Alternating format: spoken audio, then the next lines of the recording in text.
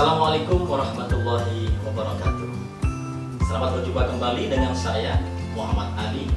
Dan kali ini kita akan membahas tentang bagaimana mengelola rasa cemas, grogi, ataupun nervous ketika kita melakukan public speaking. Perlu kami sampaikan bahwa sesungguhnya rasa cemas, grogi, ataupun nervous adalah sesuatu yang biasa, sesuatu yang lumrah dimiliki oleh setiap orang. Bahkan seorang yang sudah sangat berpengalaman di dalam melakukan public speaking, dia pun ketika menghadapi suasana yang baru, situasi yang baru, dia juga akan mengalami yang namanya rasa cemas, grogi, ataupun nervous.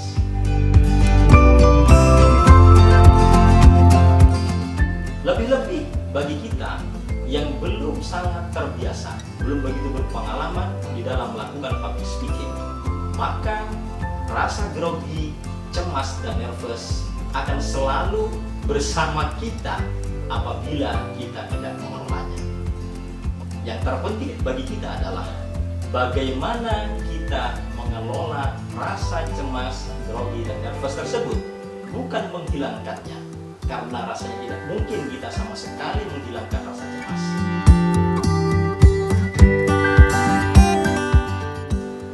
Bagaimana kita bisa mengelola dan mengendalikan rasa cemas kita, grogi kita, nervous kita, bukan kita yang dikendalikan oleh rasa cemas, grogi, ataupun nervous.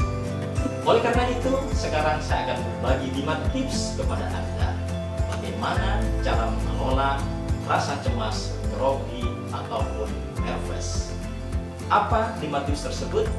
Yuk simak penjelasan berikutnya.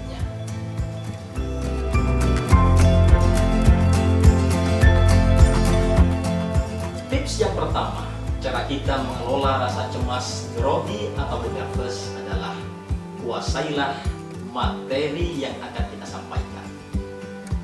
Apabila kita sudah menguasai materi yang akan kita share kepada audiens kita, maka akan muncul rasa percaya diri, optimisme bahwa kita akan bisa menyampaikan materi itu sesuai dengan apa yang kita rencanakan. Caranya bagaimana? Caranya adalah kita melakukan persiapan-persiapan sebelum kita melakukan public speaking. Di antaranya adalah bisa bikin draft secara penuh ataupun dengan bikin pointers dari apa yang akan kita sampaikan. Sebaliknya, apabila kita tidak menyiapkan dengan baik materi yang akan kita sampaikan, lebih-lebih bagi kita yang masih baru, masih belum punya banyak pengalaman di dalam public speaking, maka rasa khawatir, rasa grogi, nervous akan selalu menghantui diri kita sendiri, dan itu akan membuat presentasi kita menjadi kacau. Sekali lagi, persiapkanlah materi yang akan kita sampaikan. Yang kedua adalah melakukan positive imaging. Konsep positive imaging lebih tinggi satu tingkat dibandingkan positive thinking. Pencetusnya sama, Mr. Norman Vincent Peale. Positive imaging berarti kita memiliki imajinasi positif tentang apa yang akan kita lakukan. Setelah kita mendapatkan informasi dari panitia tentang di mana tempatnya, berapa pesertanya, berapa usianya, kemampuan ekonominya, tingkat pendidikannya, maka kita akan punya gambaran, punya bayangan tentang siapa orang yang akan kita beri materi. Kita jauh-jauh hari sebelumnya sudah berupaya membangun imajinasi apa yang akan kita lakukan ketika kita menjadi public speaker. Mulai dari bagaimana kita berpakaian, bagaimana posisi kita di atas podium, bagaimana gaya bicara kita, intonasinya, termasuk pilihan-pilihan kata yang akan kita sampaikan, sudah kita bayangkan sebelum kita melakukan public speaking. Oleh karena itu, positive imaging menjadi sangat penting. Yang ketiga adalah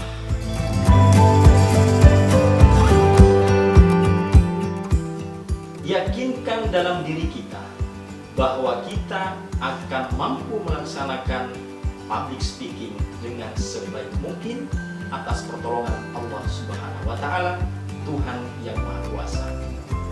Persiapan materi yang cukup tidak menjamin seseorang bisa menyampaikan atau melakukan public speaking dengan sebaik mungkin. Karena apa? Public speaking juga membutuhkan rasa keyakinan dan percaya diri. Nah, oleh karena itu, kita memohon kepada Allah Subhanahu wa Ta'ala, Tuhan yang Maha Kuasa, agar kita dibimbing selama kita melakukan public speaking. Hal-hal yang menjadi kendala kita bisa kita tangani dan bisa kita atasi dengan baik, dan bahkan mungkin Allah akan memberikan inspirasi, ide kepada kita ketika kita mengalami masalah seperti blank ketika kita menyampaikan public speaking, atau kita kehabisan ide atau mendapatkan pertanyaan yang susah dari audiens. Bagaimana caranya agar kita mendapatkan inspirasi, mendapatkan ide, sehingga kita bisa melaksanakan public speaking dari awal sampai akhir dengan sebaik-baiknya.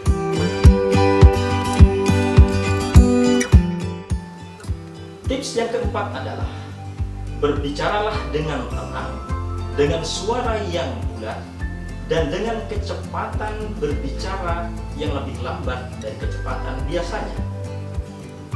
Kita harus menyadari ketika kita melakukan public speaking, itu artinya kita sedang berbicara di hadapan audiens yang berbeda dengan berbicaranya kita dalam kehidupan sehari-hari.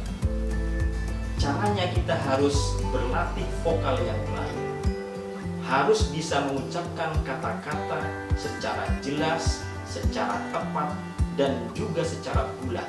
A, I, U, E, O-nya harus juga jelas bedanya. Dan gaya bicara kita, intonasinya juga kalau bisa menggunakan pernafasan diafragma jika dibutuhkan, atau menyesuaikan dengan situasi yang ada.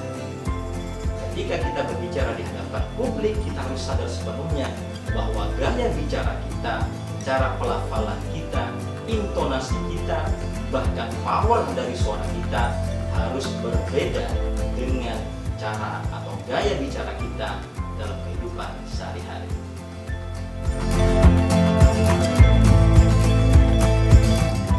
Tips yang kelima adalah sebaiknya kita merancang kata-kata pembuka, dan kalau perlu kita menghafalkan supaya bisa mengurangi rasa cemas dan grogi kita ketika kita naik ke panggung memulai public speaking kita.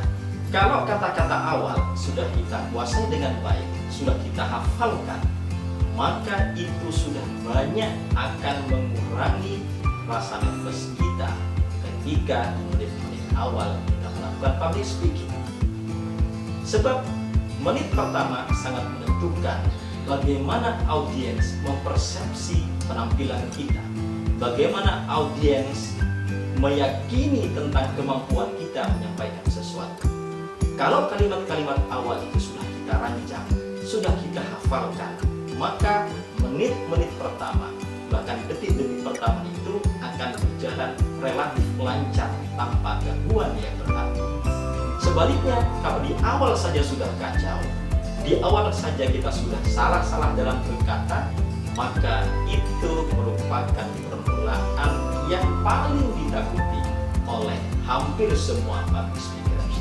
Oleh karena itu, buatlah kata-kata pembuka, 2-3 kalimat pembuka yang kita yakin itu akan memberikan kesan yang baik, sehingga itu akan memberikan kesan positif dari audiens kepada kita sebagai public speaker. Ya, demikianlah 5 tips dari saya tentang bagaimana kita mengelola rasa cemas, grogi, dan nervous ketika kita melakukan public speaking.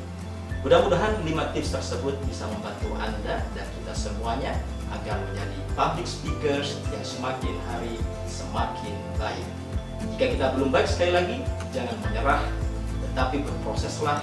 Pada saatnya nanti, kita tidak sekedar tidak grogi, tetapi mungkin akan betul-betul menikmati menjadi seorang public speaker.